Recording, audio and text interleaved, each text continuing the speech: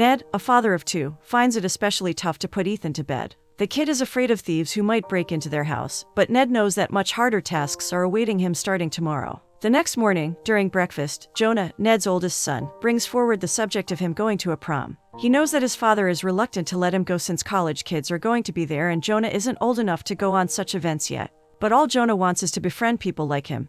That is, people who are gay. In the end, the discussion is postponed until his mother and Ned's wife, Jeannie, come back home. Ned takes Ethan to school then. Unusually, their main point of discussion is Grandpa Ernie and demise. Ned still manages to remain cheerful and hands Ethan his violin before the latter exits the car. The kid seems to have started thinking about extremely gloomy stuff at a very young age. He clearly has a lively imagination. Speaking of imagination, Ned goes to his office then. In a small conference room, a bunch of writers, including Ned, are gathered to come up with new ideas. Garrett, their manager, demands something surprising and oddly sexual. Clearly, Ned has no intention to take part in this discussion. He has other things in mind. Garrett notices this and malevolently tells him to finish his script by Monday. This will be almost impossible for Ned, but Garrett has no objections. During this meeting, we are introduced to the character who's going to be important later. Her name is Robin, and just like Ned, she seems out of place in this room. After work, he rushes to the airport to pick up Jeannie. This is really important since Jeannie is bringing back someone who's going to change their lives forever. It is Ernie, her widower father, a grumpy old man full of contempt and a desire to make everybody's life miserable.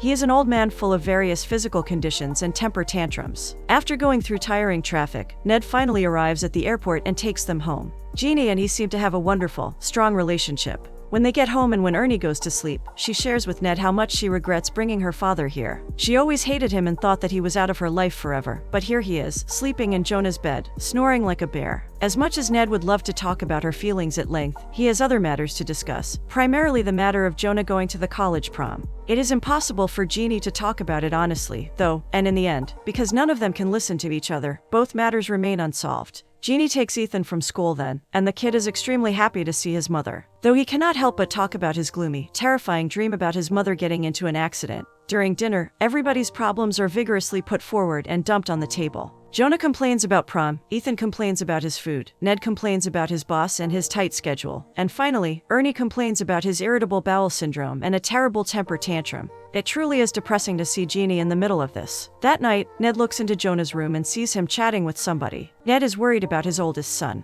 He wants to know who he is talking to. He means well, obviously, and wants to protect him, but all Jonah can see is a father who wants a little more control over his son. Ned tries to be intimate with Jeannie when he gets in bed with her, but the latter is too upset. She hates her father. She couldn't leave him alone because of his health issues. That much is true, but this is a huge adjustment for her, and she is going to need some time to get used to it. Ironically, the first thing Garrett asks him the next day is how much sex he and his wife have. It seems like Garrett is in a long relationship for the first time in his life, and he's getting extremely frustrated. Garrett is a flamboyant man with soft and elegant movements and a manner of speaking, so when he takes a photo of Jonah and asks if he has a girlfriend or not, Ned feels inclined to lie. Finally, Garrett demands that he rewrite the entire script he wrote to make it much more surprising. The day doesn't go easy on Jeannie either. Ernie feels particularly motivated to make his daughter's life miserable with his physical disorders and doctors. When Ned leaves the office that evening, he runs into Robin, who's trying to lay off some steam at the end of the day. He offers Ned to do so as well, but the latter likes his edge. Robin seems to be spending time outside to give her ex-boyfriend some time to move out.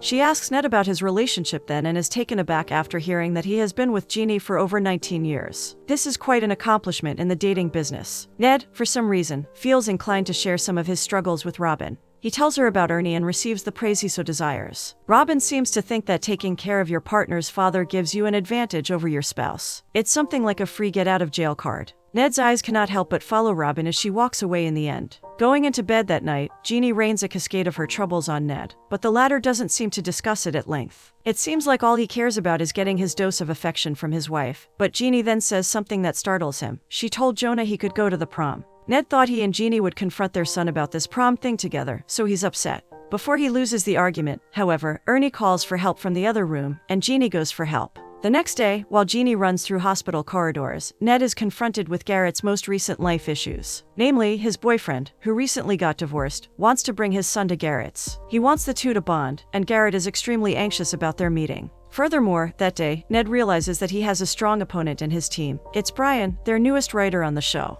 Garrett seems to particularly like his scripts, while Ned's work is particularly foggy in his eyes. In the next scene, Ethan is practicing his violin when, out of nowhere, Ernie decides, for some reason, to ruin his motivation. He tells him to work on his legato and gives him a piece of rude and unproductive criticism. When the kid leaves the room with no intention to ever play the violin anymore, Jeannie confronts Ernie for acting this way but fails to find common ground with him. When Ned leaves the office in the evening, Garrett stops him for a chat. He needs to hear some advice from a man who has his own relationship with a young boy. He wants to know how to communicate with them beforehand. Ned manages to give him only the briefest and most general possible advice, and then asks him about his relationship with his partner. Garrett answers that it's been 2.5 years. The last time he had a relationship this long, he was 15 years old. Ned gets interested and asks him how old his partner was at that time, and his doubts and anxiousness about Jonah's prom are doubled when Garrett answers that his partner at that time was 25. He adds that some of the people in their community, like boys, are significantly younger than themselves. Ned leaves this conversation as troubled as ever. His fear is validated. When he gets home, Jeannie is at the sink, trying to cool off her burned finger. She has burned yet another dinner. She cannot deal with everything together. She has to do chores, take care of Ethan, Jonah, and her father, and try to reanimate her career all at the same time. Ned's empathy is insufficient in this regard, too. Suddenly, Jonah looks into the kitchen, dressed for the prom, and Ned's fear kicks in. He asks him, quite rudely, to change, and even Jeannie's objection isn't enough to make him reconsider. Finally, after Jonah runs up into his room, Jeannie realizes that Ned isn't really scared of some pedophile. He's just ignorant about his son being gay. She tells him all this and adds that he probably hasn't told anyone up to this point that Jonah, his oldest son, likes other boys. The fact that Ned falls into silence for some time proves Jeannie's theory to be at least partially true. That night, while Jonah dances with his female friend at the prom, Ernie calls Ethan. He acts unusually kind, and asks the little kid in a soft voice to bring him some pills. Ethan is a smart kid, so he says he will call his mother, but Ernie stops him. He bothers her too much. Finally, Ethan is convinced. He goes to the kitchen and comes back, holding some medication. Ernie takes a handful of them and prepares to chug them all at once, but suddenly, Jeannie appears and stops him. She is infuriated. This is so far the worst thing her father has done, and she will have no more of it. Ernie has officially crossed the line, but fortunately, nobody got hurt. Meanwhile, Jonah actually does befriend a guy who's clearly much older than him. The latter says that he's here with his boyfriend, but they are breaking up. Then he invites Jonah to dance together. Jonah is happy to become friends with someone like him. He agrees. Back to Ned, he continues to work on his script from home when Jeannie comes up to him and shows him a pamphlet about a nursing home. It will cost them a lot to move Ernie there, and he's going to hate it, but he hates everything, so there is no difference. It is a good thing that Ned loves his job. Fortunately, they'll be able to afford it. Ned goes to pick up Jonah then. The kid doesn't come out of the building on time, so after waiting for a while, Ned enters the loud space full of music and steaming young people to find his son. When he lays his eyes upon him, Jonah is dancing with that older guy. Ned doesn't even wait for the song to be over. He just walks up to him and interrupts his dance, telling him to come right away. He has no objections either, so Jonah is particularly upset with him. He enters the car in a great mood. He had a great time and seemed to avoid ruining it by getting angry at his father. The latter, however, pelts him with so many questions about the guy he was dancing with that Jonah's plan to remain energetic and cheerful turns to dust. The next day at the office, Brian comes up to Ned in a very casual tone. After the decision to take Ernie to a nursing home, Ned has grown particularly attentive to any signs that would indicate his low status at the workplace. Now, more than ever, this job is important to him.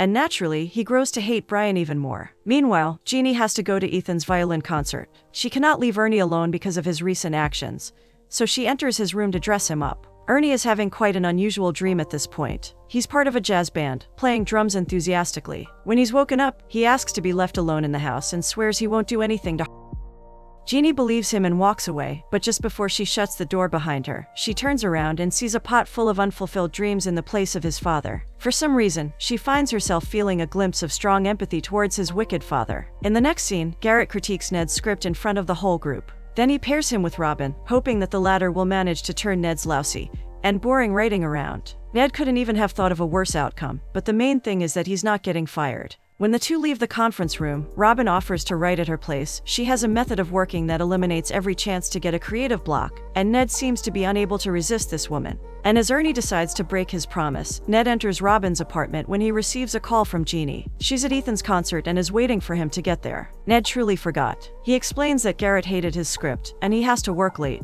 Jeannie is extremely angry at him, and the voice of a woman from the other side of the call adds to this anger. Ned explains that part as well, saying that Garrett wanted him to rewrite his script together with Robin. Jeannie doesn't show her disappointment, but it's clear that she doesn't like any of it. When Ned hangs up, he's suddenly encountered by Robin in a bikini. She says she always swims before getting to writing. It helps clear her mind, and she demands that Ned do the same. The latter is again unable to say no, even though a glimpse of reluctance is evident on his face. Ethan's concert starts then, and as Jeannie watches the youngest member of her family on the stage, two of the most important men in her life start engaging in activities that she would never approve of. Ernie starts drinking alcohol, and Ned gets into a swimming pool with his young co-worker. The conversation they have there closely resembles the amount of heat and passion that Garrett wants in his scripts. That passion stands so far away from the boring responsibilities that Ned has to carry with his back every day, and it is so desirable, and so light that Ned finds himself getting more and more drawn into the idea of giving in. Perhaps this is exactly what Robin wants, to help Ned get out of his shell. When Jeannie, Ethan, and Joan come home, they find Ernie sitting on the kitchen floor, singing a jazzy tune. He's so drunk that he barely recognizes anyone and utters the name of his late wife. And while Jonah and Jeannie help him get up, Ned has a little bit too much wine with Robin. He just cannot stop complimenting her method of working, and suddenly, after feeling his blood heating up in his veins after such a long time, he begins to think that the voice that tells him to give in is his own. Suddenly, his faulty imagination pitches him the idea that the responsibilities are pushing him away from his true desires and standing in his way towards true happiness. So, he leans towards Robin and kisses her. Soon, however, before he can make any more drastic mistakes, he comes back to his senses and tells Robin that he cannot do it. When he gets back home, he finds his wife in a terrible mood, cleaning up after her father. The wine and the sudden exposure to lightness and passion give him some unrealistic, almost childish courage to tell Jeannie she shouldn't be so angry all the time. He wants Jeannie to feel guilty for being so unhappy, and this, of course, results in an argument in which Jeannie destroys his idea of being a victim. His problems are nothing compared to hers. He has a gay son, a sucky job, and a wife who's over 40. What a tragedy. Afterwards, Ned, who's slowly coming back to his senses, enters Ethan and Jonah's room and hugs his son. He apologizes for not being there in the audience, but Ethan doesn't want to talk about the concert in length. Instead, he talks about the way his mother cleaned after Ernie, and the way she cried in desperation. When Ned gets into bed with Jeannie that night, he finds her crying still, and without saying anything, he embraces her quietly. The next morning, Jonah lets everybody know that he's having a sleepover at her female friend's house that night. The way he's talking makes us doubt he's telling the truth, but his parents pose no objections whatsoever. Jeannie is too anxious about Ernie's initial visit to the nursing home, and Ned is still worried about his job. He was planning on spending the entire day at the office, but Jeannie asks him to go with her. She cannot do it alone. Ned knows that it is going to be difficult to negotiate this with Garrett, but he agrees with Jeannie regardless. When the house gets emptied, Jeannie walks into Ernie's room to break the news to him. To her surprise, he takes it well. Jeannie then praises the doctors at the nursing home, and for the first time in their conversation, a name is spoken out, Tommy. We don't know yet who Tommy was, but it is clear that this name is behind Ernie's nihilistic attitude towards life. In Tommy's case, the doctors were wrong, so Ernie won't praise any of their kind. Before Jeannie leaves the room, the two have perhaps their last father-daughter connection. As if he were making a confession, Ernie tells Jeannie that he should have never had a child. He should have known that just like his own father, he would have turned into a tyrant. Back to Ned, his boss is in a terrible mood this morning. He tries to tell him that he has to be out of the office for a few hours today, but Garrett will hear none of it. Finally, Ned has to negotiate it with Robin, who's extremely understanding and doesn't make a big deal out of it. They also mentioned last night, and after apologizing, they agreed that it would never happen again. The nursing home turns out great. Naturally, Ernie won't be happy here, he won't even like it, but he will for sure be able to endure life here. In the main room of the nursing home, Ned receives a call from work that quite rudely reminds him of his boss' restlessness, so he has to leave as soon as possible. All in all, the visit to the nursing home turned out great. The ride back is especially quiet for Jeannie and Ernie. For some reason, Jeannie feels inclined to have the last private and peaceful moment with her father. She gets lunch, and the two find a cozy place overlooking the bay. Here, we learn more about the name that was spoken earlier, Tommy. It seems like he was Jeannie's brother who passed away. And when we look at Ernie's personality in this light, suddenly, his current attitudes make much more sense. When Jonah leaves the house that evening, he tells Jeannie he'll be back at 11.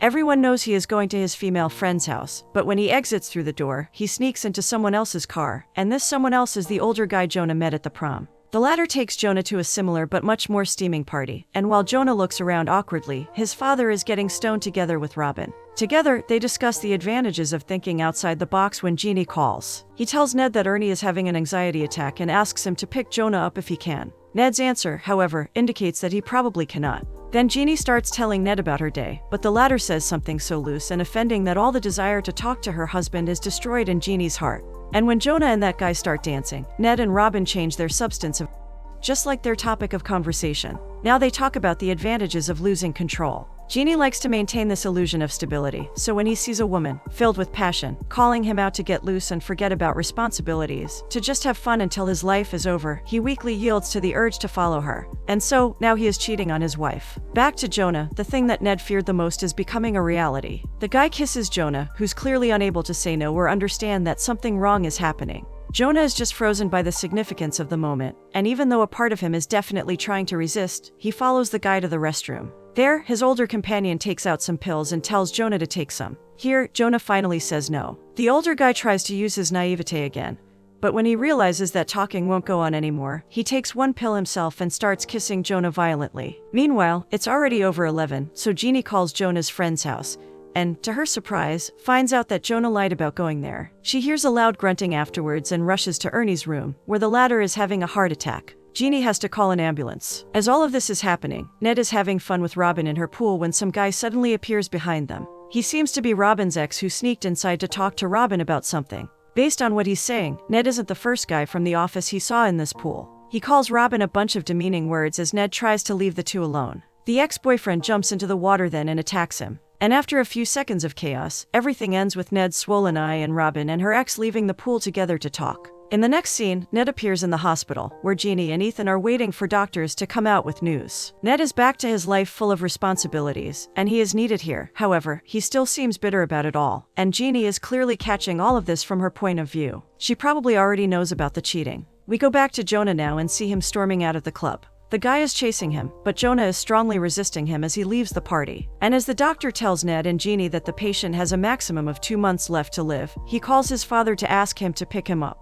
And while Ernie decides that he wants no further treatment, Ned and Jonah lie about their days as they drive home. Ned can clearly see that his son is shaking. He just went through a traumatic experience. But instead of going at him from different angles to determine what truly happened, he, for the first time in his life, respects his privacy and gives his son some words of encouragement.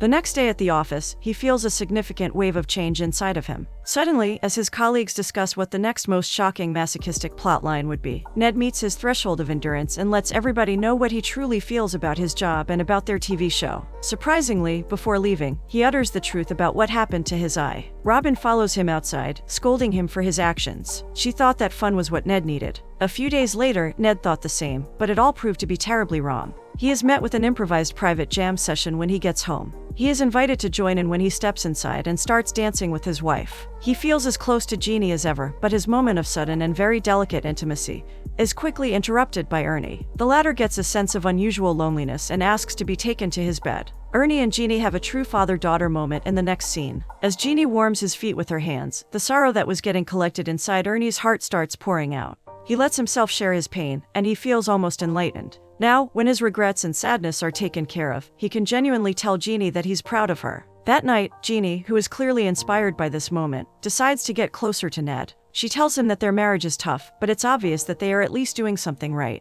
Their children are beautiful and kind, and nothing else truly matters. Ned feels an urge to open up to her now. He is clearly about to admit that he's cheated when Jeannie stops him. Of course, she already knows, but she prefers to work it out later. She's sure they'll be all right, and Ned realizes how lucky he is to have her. Our point of view changes here, and we see Ethan as he slowly walks inside Ernie's room. He heard an unusual snoring and decided to see what was going on. And because of this simple act of curiosity, he is the one to witness Ernie's very last breath. Jeannie and Ned are in the middle of their passionate love when Ethan knocks on the door. The next morning, Garrett enters Ned's room as the latter gathers up his things to leave. Naturally, after the previous outburst, he is sure that he'll be fired. But to his surprise, it turns out that Garrett doesn't have that in mind at all. He actually agrees with Ned to some degree. He tends to go over the top sometimes, so no wonder one of his employees got pissed off. As he turns to walk away, Ned stops him and does something that shows us how much he has changed since the beginning. He tells Garrett about Jonah and his orientation. The entire family is gathered on a pier in the next scene. Calmly, they talk about death as Jeannie takes out the ashes of her father. They let him go then and turned around to get back to their everyday lives.